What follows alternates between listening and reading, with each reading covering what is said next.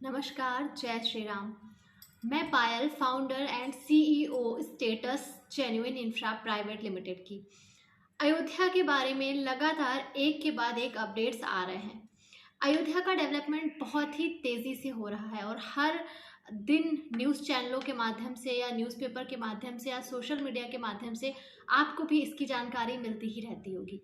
अयोध्या से जुड़ी सभी जानकारी आप तक पहुंचाने के लिए ही हम अपने यूट्यूब चैनल पर इन वीडियोस को अपलोड करते हैं।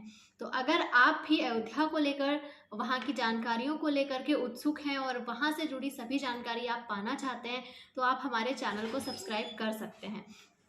अगर बात करें अयोध्या में राम मंदिर की, तो राम मंदिर का काम बहुत ही तेज़ी से अयोध्या में चल रहा है और लगातार वहाँ का अपडेट जो है वो न्यूज़ के माध्यम से आता रहता है। मंदिर का काम अपने आखिरी दौर में चल रहा है और इस समय मंदिर में छत की ढलाई का जो काम था वो काफ़ी समय पहले ही पूरा हो चुका है। दिसंबर तक इसे पूरी तरह से कंप्लीट कर लिया जाएगा क्योंकि जनवरी 2024 में ही रामलला को यहाँ विराजमान करना है।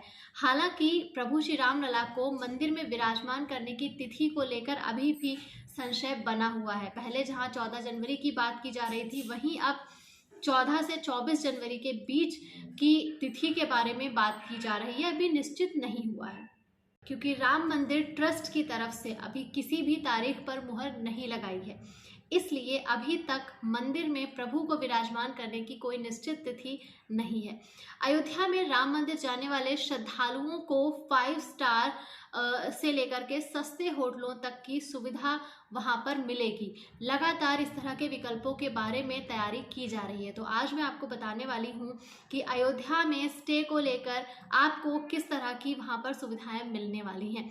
अयोध्या एक महत्वपूर्ण तीर्थ स्थल है और इस समय पूरे विश्व की निगाहें अयोध्या पर टिकी हुई हैं। चाहे किसी भी देश में रहने वाला सनातनी हो, हर किसी की नजरें अयोध्या पर टिकी हुई हैं और सभी एक बार मंदिर दर्शन के लिए जरूर आना चाहते हैं।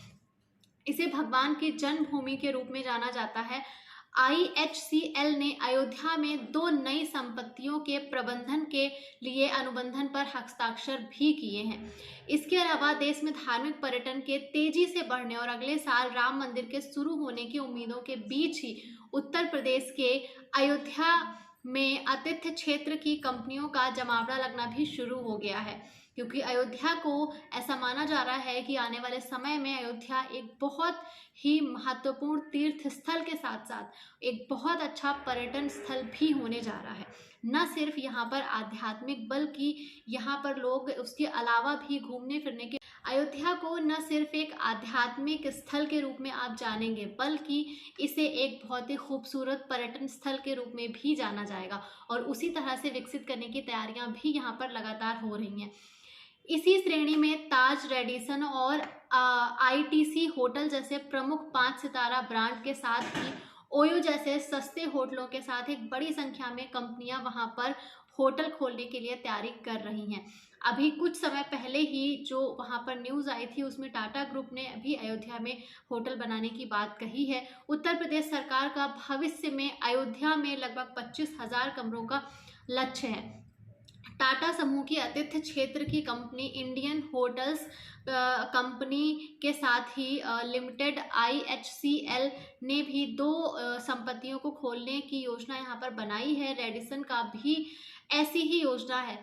एक अन्य प्रमुख कंपनी है ITC होटल्स भी अयोध्या में, ये ITC होटल्स भी अयोध्या में अवसर तलाश रहे हैं। इसके अलावा बहुत सारी ऐसी कंपनियां हैं जो लगातार अयोध्या में होटलों को लेकर के वहां पर विजिट कर रही हैं, ज़मीनों की तलाश कर रही हैं और साथ ही साथ गवर्नमेंट से जुड़ी जो भी प्रक्रिया है उनको भी पूरा करने का प्रयास किया जा रहा है।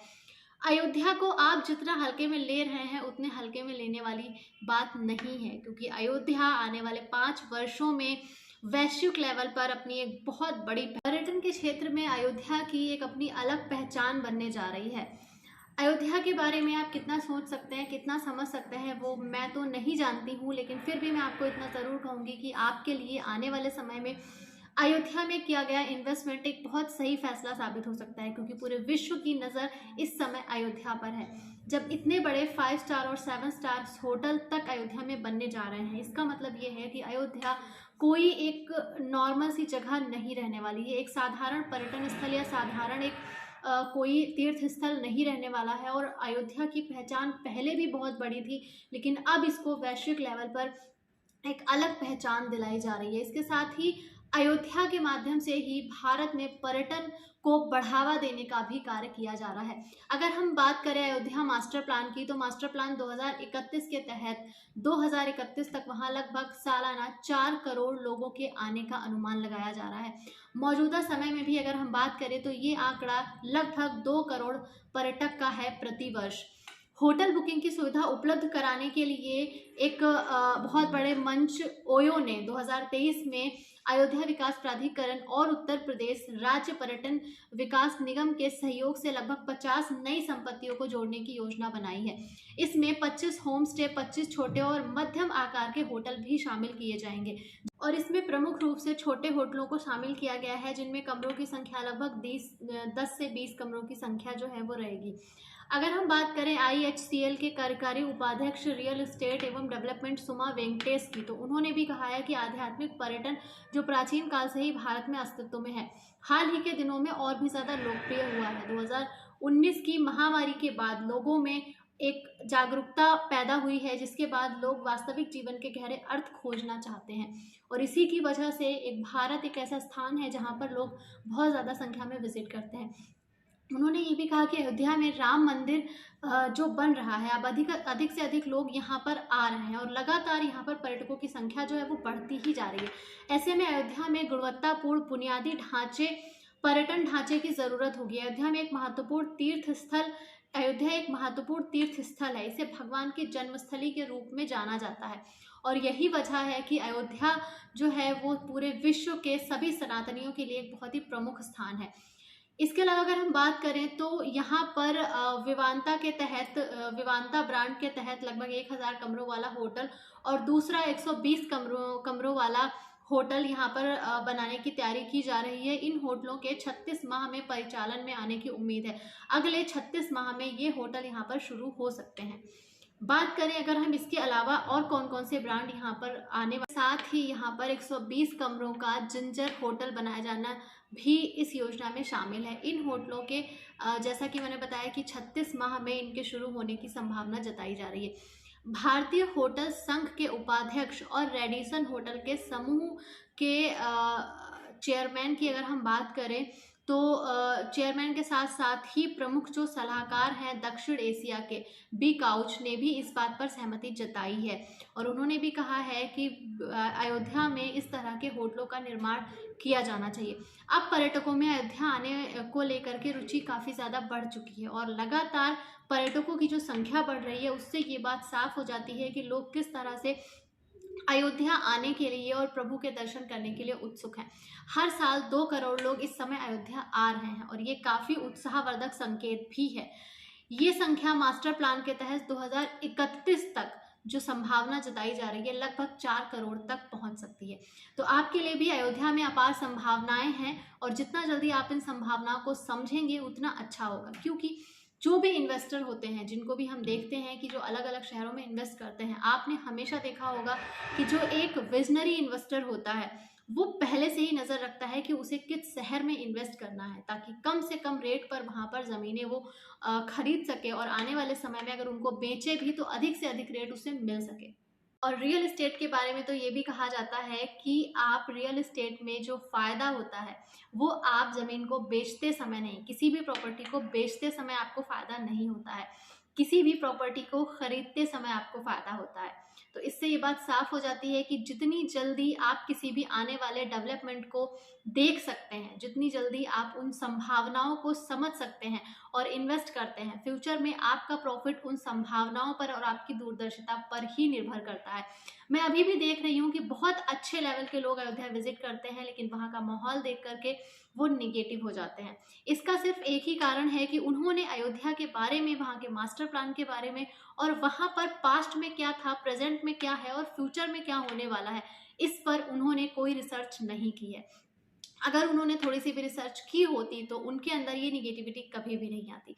तो आपके लिए एक अवसर है, आप हमारे चैनल के माध्यम से जो भी इंफॉर्मेशन आपको मिलती हैं उनको आप जा करके गूगल पे वेरीफाई करें, उनके बारे में और पढ़ें समझें, और अगर आप इन्वेस्टमेंट के लिए इंटरेस्टेड हैं तो आप अयोध्या में विजिट करें, क्योंकि ये समय बहुत ही सेंसिटिव समय चल रहा है। इसके बाद अयोध्या की ज़मीनों के रेट वैसे भी आसमान छू रहे हैं। अगर आप पहले के रेट और अब के रेट को कंपेयर करेंगे तो अयोध्या के जो ज़मीनों के रेट है वो आज भी आसमान पर हैं, लेकिन आने वाले समय में ये बिल्कुल भी आपकी पहुंच से बाहर हो जाएंगे।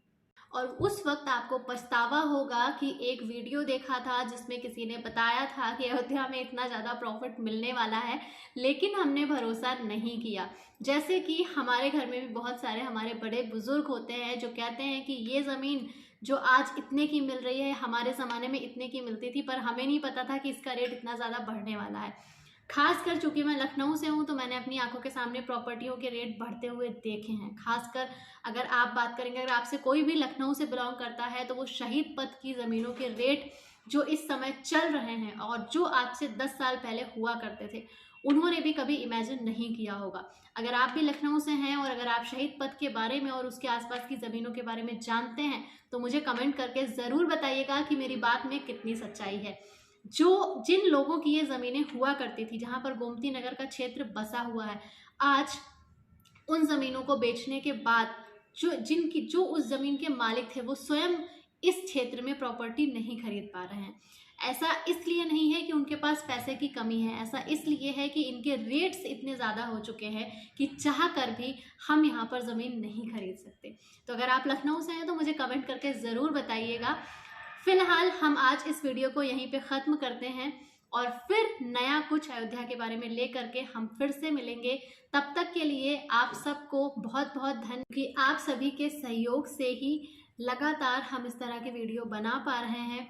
वीडियोस में चैनल को सब्सक्राइब करना या वीडियोस को देखना, इन सभी चीज़ों के पीछे हमारा कोई ऐसा मकसद नहीं है कि हमें यूट्यूब पे जा कर के एक बहुत बड़ा चैनल और मिलियंस में सब्सक्राइबर्स को वहाँ पर इकट्ठा करना है। हमारा सिर्फ इतना मतलब है कि ये जानकारी ज़्यादा से ज़्यादा लोगों तक पहुँच सके।